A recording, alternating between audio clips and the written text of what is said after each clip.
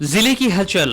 आकाशवाणी लखनऊ से प्रस्तुत है जिले की हलचल। आज सुनिए फिरोजाबाद और जौनपुर जिलों की हलचल। पहले सुनते हैं फिरोजाबाद जिले की हलचल। आलेख और स्वर है लियाकत अली का।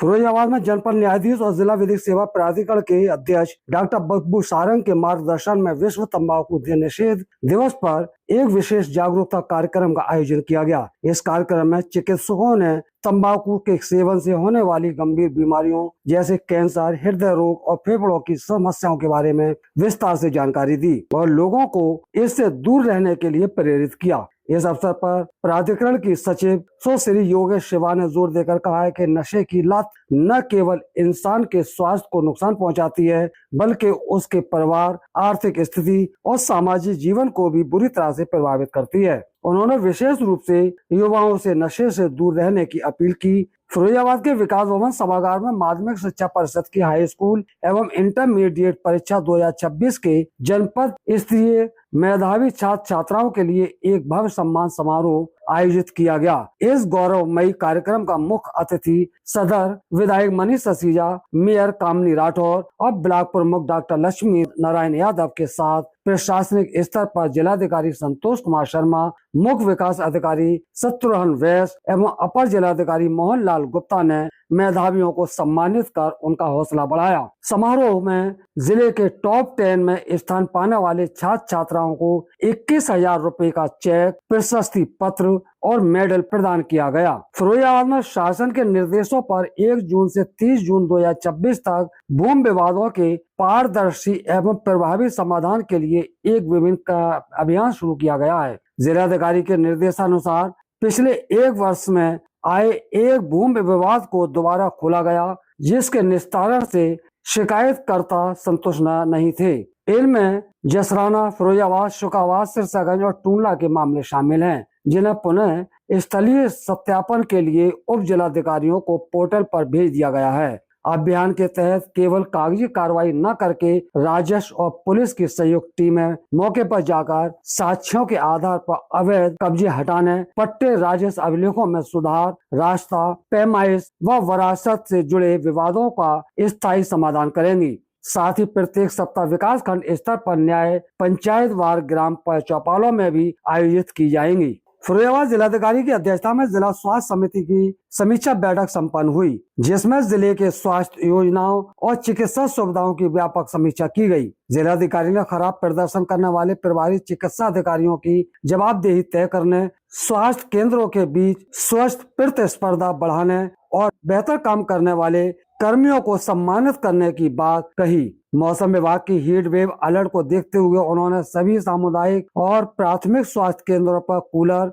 ORS घोल और ठंडे पानी से युक्त कूलिंग सेंटर सक्रिय करने तथा सरकारी डॉक्टर द्वारा बाहर की दवाएं लिखने पर पूरी तरह से रोक लगाकर फार्मिस्ट काउंटर पर दवाओं की सूची प्रदर्शित करने के कड़े निर्देश दिए हैं। फिरोजाबाद में पर्यटन विकास को गति देने के उद्देश्य जिलाधिकारी ने 2 महत्वपूर्ण पर्यटक गए स्थलों का निरीक्षण कर विकास कार्यों की प्रगति का जायजा लिया। जिलाधिकारी सबसे पहले सिरसागंज में 24.24 करोड़ रुपए की लागत से निर्माणाधीन आर्य संस्कृत संकुल पहुंचे, जहां उन्होंने मल्टीपर्पज हॉल में सुव्यवस्थित स्टेज बनाने और भवन की मजबूती व तकनीकी सटीकता सुनिश्चित करने के लिए किसी प्रतिष्ठित संस्था के इसका स्ट्रक्चर ऑडिट कराने के निर्देश दिए। फिरोजाबाद जिले की हलचल के बाद आइए सुनते हैं जौनपुर जिले की हलचल। आलेख और स्वर है राहुल यादव का।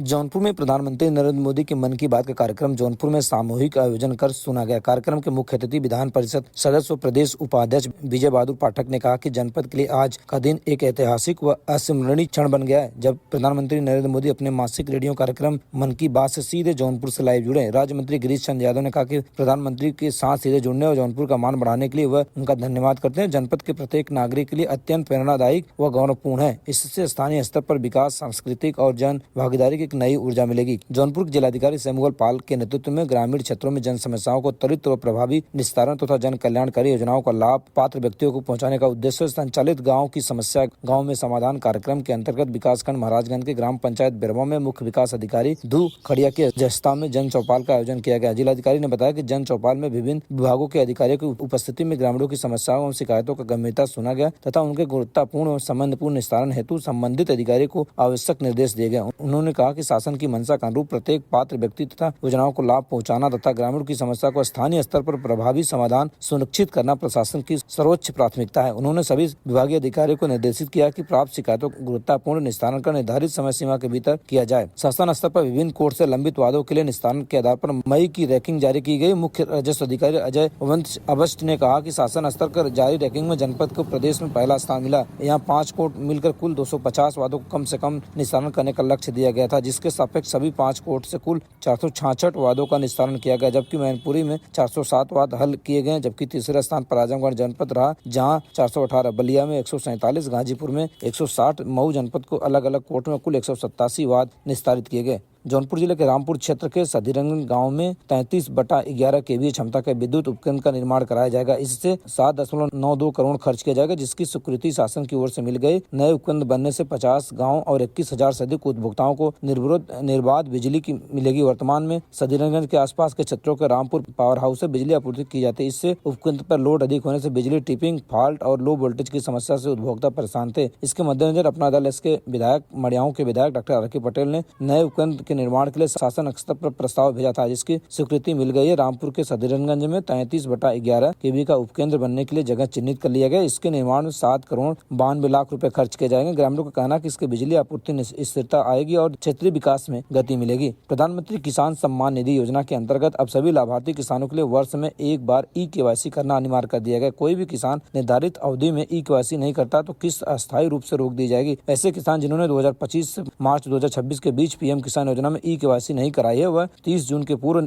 अपनी ई-केवाईसी प्रक्रिया पूरी करें, जिससे योजनाओं को आगामी किस्त प्राप्त करने में किसी प्रकार की असुविधा न हो। जानकारी देते हुए उप परियोजना निदेशक आत्मा कृषि प्रसाद डॉक्टर रमेश यादव ने बताया कि ई-केवाईसी पूरी होने के बाद ही किस्त जारी की जाएगी। किसान घर बैठे स्वयं फैक्सियल ई-केवाईसी कर सकते हैं। उप परियोजना निदेशक आत्मा कृषि प्रभार ने बताया कि योजना का अधिक पारदर्शी, प्रभावी, वास्तविक पात्र किसानों को सीमित रखने के उद्देश्य से वार्षिक ई-केवाईसी अनिवार्य कर दी गई। पीएम किसान मोबाइल ऐप से किसान घर बैठे अपने स्वयं फैक्सियल ई-केवाईसी कर सकते हैं। इसके अतिरिक्त किसान निकटतम जन सेवा केंद्र पर जाकर अपना बायोमेट्रिक ई-केवाईसी भी कर सकते हैं। इसके लिए आधार कार्ड व आधार से लिंक मोबाइल नंबर की आवश्यकता होगी। जौनपुर के निगोह से जरौना तक जाने वाली 7.5 किलोमीटर लंबी सड़क चौड़ीकरण के लिए मछलीशहर से सपा विधायक रागिनी सोनकर ने भूमि पूजन किया। विधायक ने कहा कि लंबे समय से इस मार्ग के चौड़ीकरण की मांग की जा रही थी। सड़क सक्रिय और जर्जर होने के कारण राहगीरों को आवागमन कठिनाइयों का सामना करना पड़ रहा था। 11 करोड़ रुपए की लागत से बनने वाली यह सड़क 5.5 किलोमीटर चौड़ी होगी। सड़क किनारे पूर्ण होने के बाद निगोह, जरौना सहित आसपास के कई गाँवों के लोगों को आगमन में काफी सुविधा मिलेगी। साथ ही साथ क्षेत्र के व्यापार और विकास में गति मिलने की उम्मीद है। ये था